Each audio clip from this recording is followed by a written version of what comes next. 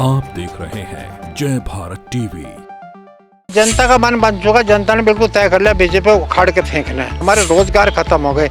मैं तो फक्कड़ की तरह से लड़ता हूँ। जनता अपने आप इंतजाम करती है। ये संसाधन वो जुटा जिसने कुछ नहीं किया, जिसने समाज का लूटा। अगर वो गरीबों को भी खरीदने की बात करता है तो बड़ी शर्म की बात है। नमस्कार, आप देख रहे हैं जय भारत टीवी। आपके साथ मैं हूं अंकित काला। उत्तराखंड में 14 फरवरी को होने जा रहे मतदान के लिए अब कुछ ही दिनों का समय शेष रह गया है। ऐसे में तमाम जो प्रत्याशी हैं वो पूरी जी जान से अपने तमाम जो जनता है उसको समझाने की कोशिश कर रहे हैं, कहीं ना कहीं अपने पक्ष में माहौल बनाने की कोशिश कर रहे हैं। और इन सब के बीच में कांग्रेस पार्टी के रायपुर विधानसभा से प्रत्याशी हीरा सिंह बिष्ट जी भी जनता को समझा रहे हैं।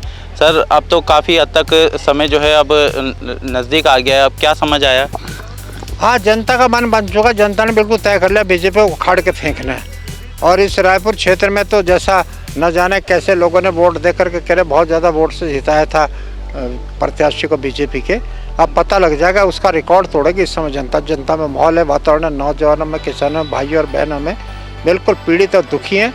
वो परिवर्तन की लहर है पूरे उत्तराखंड में। और रायपुर विधानसभा में समझता इतिहास बनाने को कहने का कुछ भी नहीं है। कोई विकास के कामों का, इस महंगाई का कोई जवाब नहीं, रोजगार छीनने का कोई काम नहीं, चरमराती स्वास्थ्य व्यवस्था का, परिवहन व्यवस्था का कोई जवाब नहीं। आप जगह जगह जनता के बीच में जा रहे हैं, क्या समझा रहे हैं उन्हें, क्या बता रहे हैं और क्या मुद्दे जनता के बीच में इस वक्त हैं? क्या महंगाई, बेरोजगारी, ये सब मुद्दे हैं जनता के बीच? जनता तो खुद ही कह रही कि हम इतने पीड़ित, इतने दुखी हो गए, जितना तो अंग्रेजों ने भी अत्याचार गुलामी की तरह से आज हम लोग जीवन जी रहे हैं। हमारे अधिकार ही कुछ खत्म हो गए, हमारे रोजगार खत्म हो गए।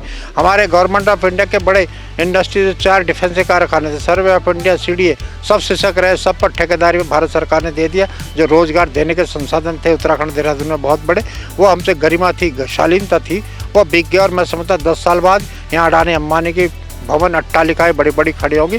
बंजर में, कंक्रीट में ये प्रदेश को बदलने का काम कर रहे।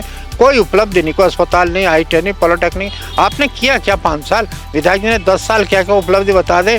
सड़क नाली तो ग्राम प्रधान ही बनाते हैं, पंचायत नगर निगम भी बनाता है। इसकी क्या बात होगी? कहाँ विधायक निधि है, कहाँ वो उपलब्धियाँ आपके हैं, कहाँ वो क्षेत्र के वो, लेकिन कुछ नहीं।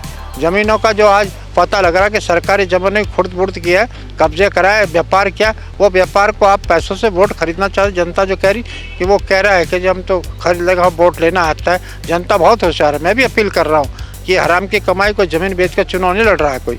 उनको लो, वोट वहीं दो। इस चुनाव चिन्ह हाथ पर, समय एक तकाजा है। बिल्कुल आप जनता के बीच में जा रहे हैं, उनसे ये भी कह रहे हैं कि आपके पास कोई ज़्यादा संसाधन नहीं है। आपको लग रहा है कि इस समय बीजेपी से लड़ना कांग्रेस पार्टी के तमाम प्रत्याशियों के लिए बड़ा मुश्किल हो रहा है क्योंकि आर्थिक संसाधनों की कमी? आर्थिक संसाधनों की कमी है, लेकर मेरे पास जनशक्ति है, जन भावना है। मुझे मेरा वही सिंबल रहा, वही मनोबल बढ़ाने वाला। मैं संघर्ष का व्यक्ति रहा हूँ।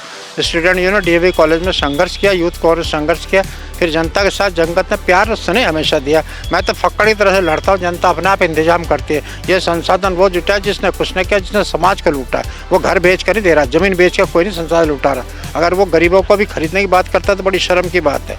वो वोट को खरीदने की बात जो भी करता है, ये दुर्भाग्य हमारे प्रदेश। यहाँ की जनता स्वाभिमानी रही है। इस क्षेत्र की जनता ने स्वाभिमान से गरीबी में रही, लेकिन बेईमानी नहीं की। ये बड़प्पन रहा यहाँ के क्षेत्र की जनता। प्रधान हो, जिला पंचायत हो, जो भी रिप्रेजेंटेटिव रहे, यहाँ के ऐसे ने जैसा आज लूट मार वाले लोग आ गए, ये दुर्भाग्य है। एक अंतिम प्रश्न है। बीजेपी ने अपना मैनिफेस्टो दृष्टि पत्र को जारी करा है और उसमें कई सारे वादे कर रहे हैं और इन वादों के बदौलत बीजेपी ये नारा दे रही है कि हम इस बार 60 पार होने वाले हैं।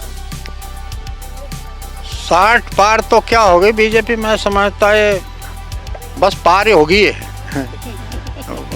वो पार ही होगी, यहाँ रहेगी नहीं। तो मैं ये तो समझता हूँ कि दोनों जगह केंद्र में राज्य सरकार है, बीजेपी की है। क्यों नहीं ग्रांट अनुदान कहाँ गया?